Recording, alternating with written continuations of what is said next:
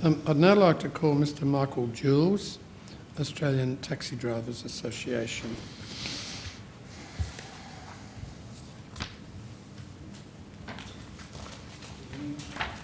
Good morning. So, Mr. Jools, could you please state your name and your interest in this inquiry? Michael Jools, the Australian Taxi Drivers Association, representing taxi drivers, myself in New South Wales, but looking after taxi driver interests around the country. Thank you. And I'd invite you just to speak to your submission, which we have, and so on, but maybe for the benefit of those listening, you could give us a brief overview and then we might have some questions for you. Firstly, and fairly unequivocally, the ADTA wholeheartedly supports the draft report thus far and the structure of what has happened to date. We think the recommendations go most of the way, with a couple of odd exceptions, which we would go even harder, but the changes that are recommended by your committee, sir, are, I think, of enormous benefit to the industry as a whole. We have two major issues that I would stress in very much the same way as the previous speakers. The first is that an industry which is effectively based on paying its workforce $12 to $13 an hour with no entitlements, no holiday pay, no superannuation, no sick leave, has no commercial legitimacy. It's certainly, the taxi industry is out there and functioning, but it lacks legitimacy on the basis of paying its workers $12 an hour. The second major point that I'd make is that an industry which accepts and allows to continue assaults, fare evasions, robberies, and the occasional murder on its workforce lacks ethical legitimacy. This cannot be allowed to continue. There's no reason why in a first world country we have to have an industry which limps along, be neither commercially legitimate nor ethically legitimate, and serving interests that are related mainly to the ownership of the plates and to a lesser extent to the revenue of government and the insurance companies. We feel that if your recommendations are not only accepted but implemented, there will be a change in the industry. And that change will not only be in Victoria, but it will be in all the other states of the Commonwealth as well. Your message is getting through, sir, to a lot of people. That change could be in the nature of reform, and it could be in the nature of revolution. I don't particularly care which, but I welcome the notion of change. We also think that simply implementing the recommendations is not enough. There needs to be the mechanisms, the mechanics in place that would make all these things work. It needs to be not just a recommendation to government to change, but a placement before government of these are the tools we can change to. Surprisingly enough, with modern technology, we have almost all the bits and pieces already at hand. We don't have to reinvent the wheel. What we have to do is to prevent the situation of a few weeks ago where a driver was murdered from occurring. You are never going to stop a madman killing somebody else, but we can do things that would prevent that on the way. And the mechanisms are at hand. We need 5 significant items of mechanisms. The first is we need an online security system in which not only is the inside of the cab online or available to be online and secure, but also the outside. We need both sides of the vehicle, and largely for insurance purposes, we need the front and the back. That system should be capable of going online on duress, but of making the recordings that are essential over a period of time. That system is available. In South Australia, it's been sold as a mobile witness, but only portion of the attributes of the full system are implemented in South Australia. The online aspects are not. To make a system work, such a security system also needs to display the in-car video on the dashboard. In New South Wales 6 years ago, we had an inquiry headed by Dave Madden, which looked into the safety issues in New South Wales taxis. One of the comments made was that it would be a good idea if we did have a video display on the dashboard of what's happening. It needs to be a little more than that. It needs to be online. It needs for an external source to be able to come over the top, and it needs full recording. So the online security system is vital. We also need a better indication for the public, a proper roof bar. At the moment, we've got one light on the top, or two lights, a white one and one on top again. What is really wanted is a functional light bar that not only shows whether the cab is vacant, but shows where it is going to, that demonstrates if there's only one passenger, that there's room for another couple of passengers. The whole notion of multiple hiring can be incorporated into the light bar. That light bar will also hold the cameras. It will hold the spotlights. It will hold the GPS tracking data systems and all the aerials that you need. It will also have a variable message bar so that if the driver is under attack, he can indicate that driver needs assistance or whatever else he needs to punch in. So the roof of the taxi is a vital part of informing the public how available it is. The notion of the buses, the share rides are very important, but if we have the average cab taking away 1.8 people on its trip, if we virtually double that to the average 4 people on a Friday night going from the city to wherever, you need half the taxis. You disperse the crowd in half the time. We need multiple hiring, but we need to indicate to the public what is available. So the message bar is vitally important. In Victoria, you've already introduced the prepayment of fares. But one of the chief impediments to an effective system is the absolutely atrocious FPOS systems that are in place. You can't effectively put in, and I'm a taxi driver as well, you can't effectively put in the fare and modify it. Once you've put in the $80 or the $60 or whatever it happens to be, the estimated fare, you can't retract. In New South Wales, they've tried in the Hunter region a prepayment system, and it's fallen down to that extent. The refund of monies, the arguments about GST, who pays the difference? Does it wind up in being a cash-out system? These are the areas of provocation and argument. That prepayment system needs also to be integrated into an FPOS that, as you have suggested, doesn't charge the outrageous 10 to 11%. It needs to be down to 5%. This needs to happen now, not in 3 or 4 or 5 years. We need to be able to ID the passenger. We've talked about various ways of doing that. How do you, in fact, get adequate identification at the start of the journey? That ID could be no more than his Medibank card. Ideally, it's his credit card, which swiped becomes the prepayment function. That's the 4th item.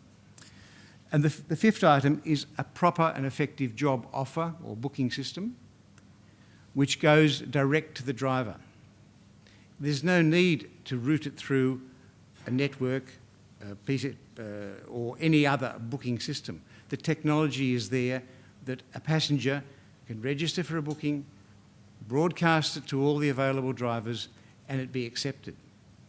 One of the failings of the current systems is that, by and large, a driver has to be vacant, he has to be in the cab, and he has to be in the suburb to accept a booking.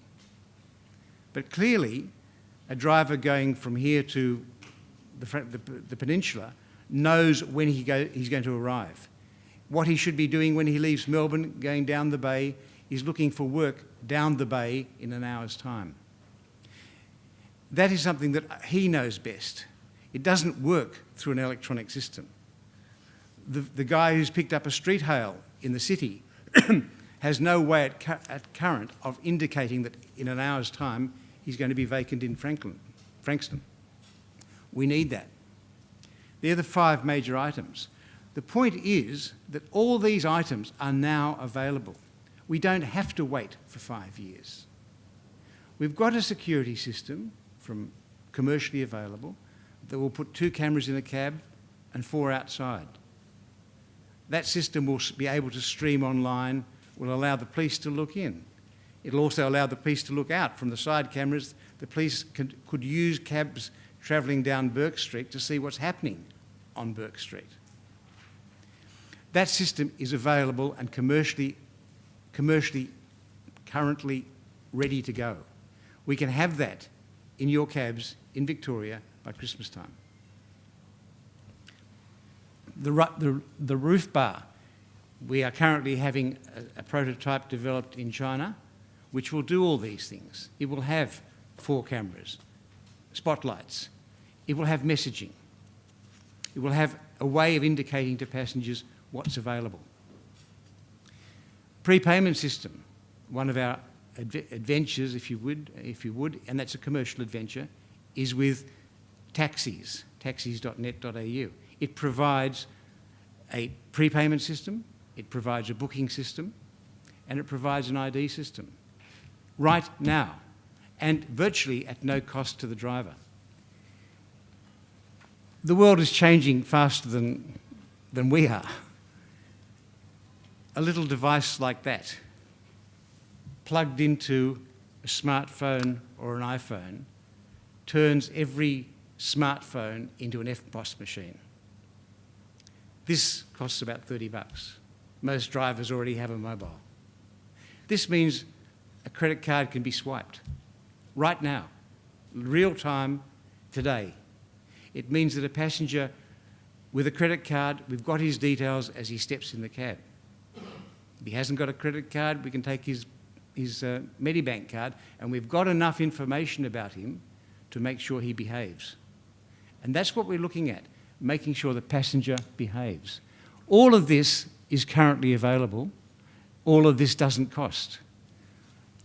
As an association, we're very keen to pursue those activities.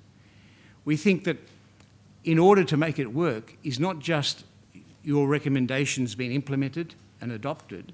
It means that government has to go further and have a centralised system, because all this information has to flow somewhere. Ideally, I don't care who does it, we can do it. Through the association, we have the resources to do that. We can give it back to government. But there needs to be one centralised area where bookings can flow in, where dispatch can flow out, or job offers can flow out, and more importantly, where all the security information flows in and resides. It means that for your driver who was killed 10 days ago, simply pressing the duress button, alarm, whatever, means that he's online. That can be sent straight to the police force. From the roof bar, he's got an indication that if there's a police helicopter, they can track him, they can see him. He's tracked anyway with GPS. All this can be done. We don't have to wait, and we shouldn't be waiting. That's probably the biggest message, that we shouldn't be waiting any longer. We can do it now. It's going to cause revolt or revolution, but so what? Because we are now in an industry which is not just illegitimate, it's a bastard industry. Where in Sydney, I'm working for $10 an hour. Where in Melbourne, the survey so far done, it says $13 an hour for a guy on a 50-50 share. But probably half the drivers, and particularly the young Indians and Bangladeshis, are working on set pay-ins. They're taking a cab out for $700 for the week, day shift. That's how I got in this morning, with an Indian cabbie who works, and he says that all of his mates are on the same system.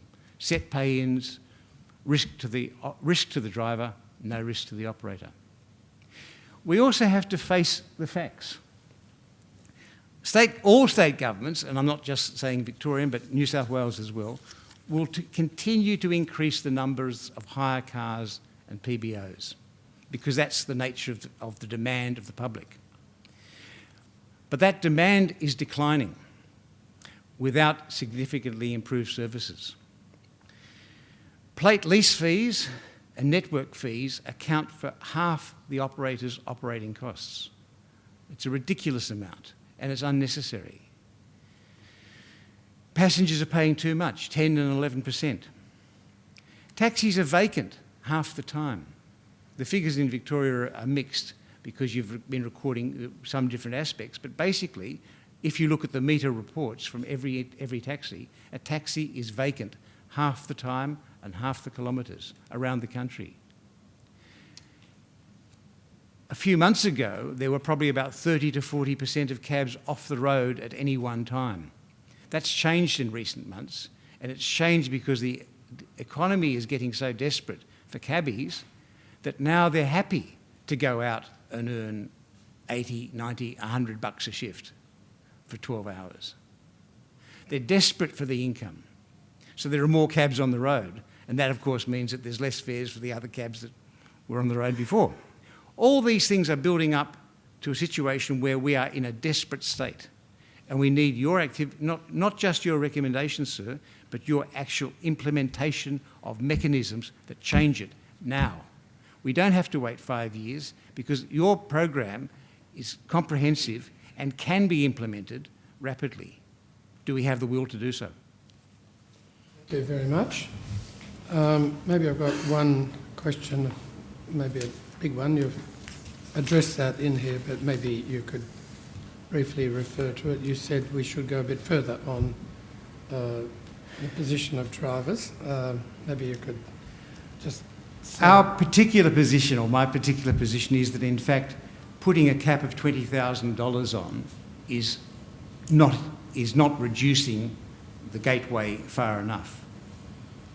We would see that it should be coming down to ideally $1,000 a year, which would fundamentally pay for the government for their network, for the system that they need to implement. The problem is that the outcry you would have from the vested interests of those who own plates would be horrendous. $20,000 gives them a reasonable return on a reasonable price for a cab. They're still getting better than the average buildings or the average investment in shares. In New South Wales, we're virtually guaranteeing in the order of an 8% return. I think what is happening in Victoria is that at $20,000, you're guaranteeing probably a 6 to 7% rate of return for the investor. I think that's too high, but consistent with what has also been said so far this morning is that it could come down to $1,000, provided that the person who has the lease, the plate, actually drives the vehicle. We need professional drivers, and the way to get professionalism is to have the owner of the cab driving the cab. And if he needs to have somebody on another shift, he should employ that person. Because at the moment, the owners and the bases are sending masses of cabs out without any particular risk attached. If the owner knew that he was actually paying a wage and trying to get a return on his investment, he would be a lot more prudent about how many cabs there would be out there. And that's probably the safeguard that we all worry about. Would your recommendations mean a flood of taxis? No, it wouldn't, because it would be driven by people who actually are in the industry. The notion of training, the notion of expertise, still relies on the existing workforce. We're not going to have, a la Ireland, an extra, I think in the city of Dublin it went from 5,000 cabs to 40,000 cabs. That isn't going to happen here because we've got the restraint of trained drivers. Okay. But I'd like to see it come down to $1,000. Yep. Michael, would you comment on how you see the federal award for drivers? So you're arguing strongly that drivers should be employed. subject to an award. Some have suggested that the federal award is just inappropriate. It's not realistic for if you like, drivers, operators, within the current fare structure at least. Well, the proposed passenger transport vehicle award specifies a rate of, I think, $16 an hour. For a taxi driver in New South Wales, the contract determination specifies currently a downtime rate, which is in effect the award rate, of $20.91 per hour if the taxi driver is unable to work due to a defect of the vehicle. Now, doesn't get paid, nor does the holiday pay get paid, nor does superannuation get paid.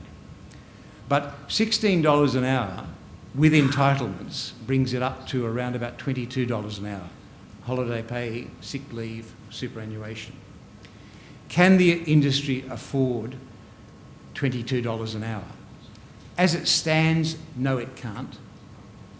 But if you reduce the lease fees to $20,000, if you put in a proper network system where the passengers can book directly, which costs nothing, you can potentially save $6,000 to $7,000 a year that current cabs are paying in network fees.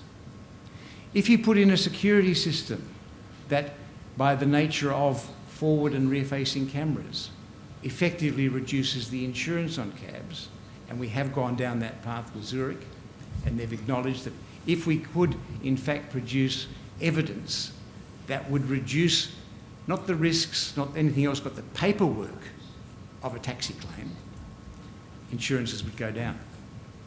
With the savings of what we can do right now, yes, we could afford $22 an hour. But more importantly, there wouldn't be the vast surplus of cabs out there with a roof bar that indicated that we could have more people travelling on a cab. We would be able to cope with the numbers. But the essence of what I'm saying is that we can do this now. We don't have to wait 5 years, and we don't have to wait for some staged implementation which prejudices the program as a whole, because unless the whole of your program goes through, we are not going to advance the industry. So how important is removal of mandatory affiliation requirements to achieving what you're putting forward? It's vital, and the removal of those mandatory requirements of belonging to a network or a base or whatever is vital, so that individual operators with, be it 8 or 10 or 20 cabs, can form their own little group with their own livery. They don't have to have their own booking system. That can be provided centrally and at no cost. But you've got to take that mandatory requirement away, and you've also got to look at the mandatory requirements on the security side, where the audio duress alarm is going back to base, the camera is going more or less nowhere, and if it gets burnt, it doesn't even exist. We've got to have those things taken into the open, centralised, which is perhaps more bureaucracy, but it can be done, and it can be done right now. So please don't wait.